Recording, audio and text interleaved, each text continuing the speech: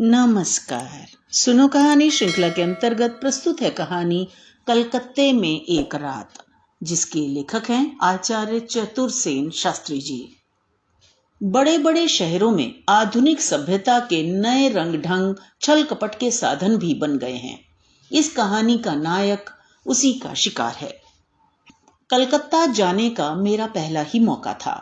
मैं संध्या समय वहां पहुंचा और हरिसन रोड पर एक होटल में ठहर गया। होटल में जो कमरा मेरे लिए ठीक किया गया, उसमें सब सामान ठिकाने लगा कर थोड़ी देर मैं सुस्ताया। फिर स्नान कर चाय पी, कपड़े बदल एक नजर शहर को देखने बाहर निकला। बरसात के दिन थे। अभी कुछ देर पहले पानी पड़ चुका था। ठंडी हवा के झोंके मन को हरा कर रहे थे। चलने को तैयार होकर मैं कुछ क्षण तो होटल के बरामदे में खड़ा होकर बाजार की भीड़ भाड़ चहल पहल देखने लगा। गगनचुंबी अट्टालिकाएं, प्रशस्त सड़कें, उन पर पागलों की भांति धुन बांधकर आते जाते मनुष्यों की भीड़, मोटर, ट्राम गाड़ी, ये सब देखकर मेरा दिल घबराने लगा। मैं खड़ा होकर सोचने लगा, आखिर यहाँ मन में कैसे शांति उत्पन्न हो सकती है। अंधेरा हो गया था, परंतु बाजार बिजली से जगमगा रहा था। कहना चाहिए बाजार की शोभा दिन की अपेक्षा रात ही को अधिक प्रतीत होती है। जो दुकानें अभी दिन के प्रकाश में सुस्त और अंधकारपूर्ण थीं, इस समय वे जगमगा रही थीं। ग्राहकों की भीड़ भाड़ के क्या कहने थे, किसी को पलक मारने की फुर्सत न थी। कुछ देर बाजार की यह बहार देखकर मैं नीचे उतरा। होटल के नीचे ही एक पान वाले की बड़ी शानदार दुकान थी।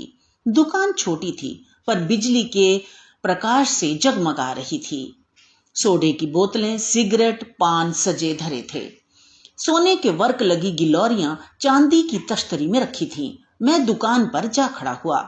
एक चवन्नी थाल में फेंक कर 2 बीड़ा पान लगाने को कहा। दुकानदार पान बनाने लगा और मैं सामने लगे आदमकद आईने में अपनी सज धज देखने लगा। पान और रेजगारी उसने मेरे हाथ में थमा दिए। मैंने पान खाए और एक दृष्टि हथेली पर धरे हुए पैसों पर डालकर उन्हें जेब में डालने का उपक्रम करता हुआ ज्यों ही मैं दुकान से घूमा कि एक गौर वर्ण सुंदर कोमल हाथ मेरे आगे बढ़कर फैल गया। मैं चलते चलते ठिठक कर ठहर गया।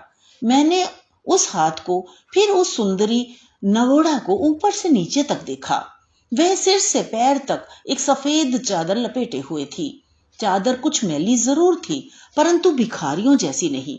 उसने अपना मुख भी चादर में छिपा रखा था। सिर्फ 2 बड़ी बड़ी आंखें चमक रही थीं। आंखें खूब चमकीली और काली थीं। उनके ऊपर खूब पतली कोमल भौहें और उनके ऊपर चांदी के समान उज्जवल साफ चिकना ललाट। चिकने और घूंगर वाले बालों की एक आधलट उस पर खेल रही थी।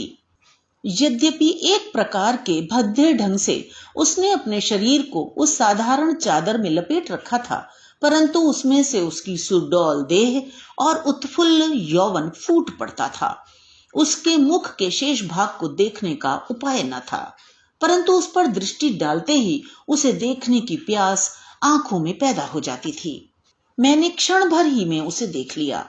उसने मुझसे कुछ कहा नहीं। वह एक हाथ से अपनी चादर को शरीर से ठीक ठीक लपेटे, दूसरा हाथ मेरे आगे पसार कर खड़ी रही। उसकी दृष्टि में भीख की याचना थी और एक गहरी करुणा भी। वह मानो कोई भेद छिपाए फिर रही थी। मैं एकाएक पागल सा हो गया, कुछ कह न सका। मैंने हाथ के कुल पैसे उसे दे दिए। पैसे पाकर उसने उन्हें बिना देखे ही मुट्ठी में भर लिया। फिर उसने एक विचित्र दृष्टि से मेरी ओर देखा। वह धीरे धीरे वहां से खिसक कर सड़क के दूसरे छोर पर एक खंबे के सहारे खड़ी हो मेरी ओर देखने लगी। मुझे मालूम हुआ वह मुझसे कुछ कहना चाहती है। मेरे मन में कुछ विचित्र गुदगुदी सी पैदा होने लगी। बड़े नगर के विचित्र जीवन का मुझे कुछ ज्ञान न था। मैं देहात के शांत वातावरण में रहने वाला आदमी, परंतु वह स्त्री वहां खड़ी मेरी तरफ देखती ही रही। जहां वह खड़ी थी वहां काफी अंधेरा था। कुछ देर खड़ा मैं उसे देखता रहा। मुझे उसके निकट जाना चाहिए या नहीं, मैं यही सोचने लगा। अंत में मैं साहस करके उसके पास गया। मुझे निकट आया देख उसने अपने मुख से चादर का आवरण हटा लिया और बड़ी बड़ी आंखों से मेरी तरफ अभिप्राय पूर्ण दृष्टि से देखने लगी, जैसे अजगर अपनी प्रथम दृष्टि से अपने शिकार को स्तंभित कर देता है, उसी प्रकार मैं स्तंभित सा हो गया। उस अंधकार में भी उसके मुख चंद्र की आभा फूट कर निकली पड़ती थी। उसने मृदु कोमल स्वर में कहा, आप डरते तो नहीं? प्रश्न सुनकर मैं अचकचा गया। मैंने कहा, नहीं, कहो क्या बात है। मेरे साथ आइए, मैं इसी ट्राम पर सवार होती हूँ, आप भी इसी पर चढ़ जाइए। मुझसे दूर बैठिए, मैं जहां उतरूं आप भी उतर जाइए। वह बिना मेरे उत्तर की प्रतीक्षा किए ही सामने जाती हुई ट्राम पर चढ़ गई और मैं विकारग्रस्त रोगी की भांति बिना कुछ सोचे विचारे कूदकर ट्राम पर चढ़ गया। बाजारों, चौराहों और पार्कों को पार करती हुई ट्राम चली जा रही थी। वह रहस्यमयी स्त्री एक खिड़की के बाहर मुंह निकाले बैठी थी। उसके अंग का कोई भी हिस्सा दिखाई नहीं पड़ता था। मेरा दिल घबराने लगा। कई बार मैंने ट्राम से उतरने की इच्छा की, पर जैसे शरीर कीलों से जड़ दिया गया हो, मैं उठ ही नहीं सकता था। अब उजाड़ सा मोहल्ला आ रहा था, शायद कोई मैदान था। बाजार पीछे छूट गए थे। दूर दूर बिजली की बत्तियां टिमटिमा रही थीं। ट्राम कड़कती जा रही थी। रात अंधेरी थी और बिजली के खंभों के चारों ओर अंधकार कुछ अद्भुत सा लग रहा था। सड़कें सुनसान थी। बहुत कम आदमी सड़कों पर आते जाते दिखाई पड़ते थे। अब मैं ऊब उठा। मेरे मन में कुछ संदेह उठ रहे थे। बड़े शहरों में बहुत सी ठगी होती है, यह सुना था। इससे मन बहुत चंचल हो रहा था। ज्यों ही ट्राम ठहरी, मैं उस पर से कूद पड़ा। साथ ही वह स्त्री भी उतर पड़ी। मैं एक ओर चलने को उद्यत हुआ ही था कि उसने बारीक और कोमल स्वर में कहा, उधर नहीं, इधर आइए। मैंने रुक कर देखा। उसने पास आकर वही जादू भरी आंखें मेरी आंखों में डालकर कहा, तुमने कहा था मैं डरता नहीं। मैं डरता तो नहीं, तब आगा पीछा क्या सोच रहे हो? भागने की जुगत में हो? मैं जानना चाहता हूं तुम क्या चाहती हो। क्या यहाँ खड़े खड़े आप मेरा मतलब जानना चाहते हैं? अनजाने मैं कहीं जाना नहीं चाहता। तब यहां तक क्यों आए? तुम कौन हो? एक दुखिया स्त्री। कहाँ रहती हो? निकट ही। वह क्या मकान दिखाई दे रहा है? उसने सामने एक साधारण घर की ओर संकेत किया। वहां और कौन है? मेरा पति है। वह कोई काम क्यों नहीं करता? तुम्हें भीख मांगकर उसे खिलाना पड़ता है। आप तो सब बातें यहीं खत्म कर देना चाहते हैं। मैं घर नहीं जाना चाहता। तुम्हें यदि कुछ सहायता चाहिए तो मैं तुम्हें दे सकता हूं। आप चले जाइए, मुझे आपकी सहायता नहीं चाहिए। उसने हंसकर कहा और फिर ऐंठ कर चल दी। वह अद्भुत अज्ञात सुंदरी बाला मुझ अपरिचित से सुनसान रात्रि में ऐसी नोक झोंक से बातें करके चल दी। मुझे ऐसा प्रतीत हुआ कि वह किसी रस्सी से बांधकर मुझे खींचे लिए जा रही है। मैंने कहा, ठहरो, नाराज क्यों होती हो? वह खड़ी हो गई। मैंने पास जाकर कहा, आखिर तुम्हारा मतलब क्या है? साफ साफ क्यों नहीं कहती हो? उसने क्षण भर उन चमकीली आंखों से मेरी तरफ देखा, मुख पर से चादर का आवरण हटाया। उस अंधकार में भी मैं उस मोहक लावण्य को देखकर विचलित हो गया। उसने कहा, एक औरत से डरते हो? डरता नहीं हूं। तब चले आओ। वह बिना मेरा मत जाने ही चल दी। मैं मंत्र मुग्ध की भांति उसके पीछे चल दिया। सड़क से गलियों में और गली से एक बहुत ही संकरी गली में वह घुसती ही चली गई। अंत में एक मकान के द्वार पर जाकर उसने कुछ संकेत किया। एक बूढ़े आदमी ने आकर द्वार खोल दिया। मेरी तरफ आकर वह भीतर आने का संकेत करके आगे बढ़ गई। मैं भी धड़कते हृदय से भीतर घुसकर उसके पीछे पीछे चल दिया। मेरे भीतर आने पर बूढ़ा द्वार अच्छी तरह बंद करके हमारे पीछे पीछे आने लगा। दूसरी मंजिल पर पहुंचकर उसने बूढ़े से कहा, बाबू को तुम ऊपर ले जाकर बैठाओ, मैं अभी आती हूँ। यह कहकर वह तेजी से आगे बढ़ गई। मैं वहीं खड़ा उस बूढ़े का मुंह देखने लगा। उस स्थान पर बहुत अंधकार न था, फिर भी बूढ़े का चेहरा साफ साफ नहीं दिखलाई पड़ता था। उसने अदब से झुककर कहा, चलिए। वह आगे आगे चल दिया। मैं उसके पीछे चढ़ता ही गया। चौथी मंजिल पर एक खुली छत थी। उस पर एक अच्छा खासा कमरा था। कमरा बंद था। बूढ़े ने अपनी जेब से चाबी निकालकर उसे खोला। स्विच दबाकर ज्वलंत रोशनी करके मुझे भीतर आने का इशारा किया। भीतर कदम रखते ही मैं दंग रह गया। वह कमरा ऐसी अमीरी ठाठ से सजा हुआ था कि क्या कहूं। दीवारों पर खूब बढ़िया तस्वीरें लगी थी। एक और पीतल के काम का कीमती खपरखट पड़ा था। फर्श पर आधे में ईरानी कालीन बिछा था और शेष आधे में बालिश्त भर मोटा गद्दा जिस पर स्वच्छ चांदनी बिछी थी। 10-12 छोटे बड़े तकिए उसमें सजे थे। फर्नीचर बहुत नफासत से सजाया गया था। कई वाद्य यंत्र और ग्रामोफोन कैबिनेट भी वहीं रखे थे। यह सब कुछ देखकर मेरी आंखें चौंधिया गईं। एक भिक्षुक स्त्री का यह ठाठ, उसका मुझे फंसा कर लाने में क्या अभिप्राय हो सकता है। वह भिक्षुकी तो है नहीं, कोई मायाविनी है। उसके सौंदर्य को तो मैं प्रथम ही भांप चुका हूं। अब उसके धन वैभव का भी यह रंग ढंग दिखलाई पड़ रहा है। मैं महामूर्ख की भांति हक्का बक्का होकर कमरे की प्रत्येक चीज को देख रहा था। बीच बीच में घबरा भी उठता था कि कहीं कोई आफत न सिर पर आ टूटे। वही बूढ़ा एक बड़ी ट्रे में नाश्ते का बहुत सा सामान ले आया। उसमें अनेक बंगाली अंग्रेजी मिठाइयां, नमकीन, चाय, फल, मेवा और न जाने क्या क्या चीजें थी। सब कुछ बहुत बढ़िया था। राजाओं को भी ऐसा नाश्ता शायद ही नसीब होता हो। बूढ़े ने नाश्ता सामने रखकर कहा, मालकिन अभी तशरीफ ला रही हैं, तब तक आप थोड़ा जल खा लीजिए। मेरा मन क्या जल खाने में था। मैंने अचकचाकर कहा, तुम्हारी मालकिन कौन है, कहाँ है?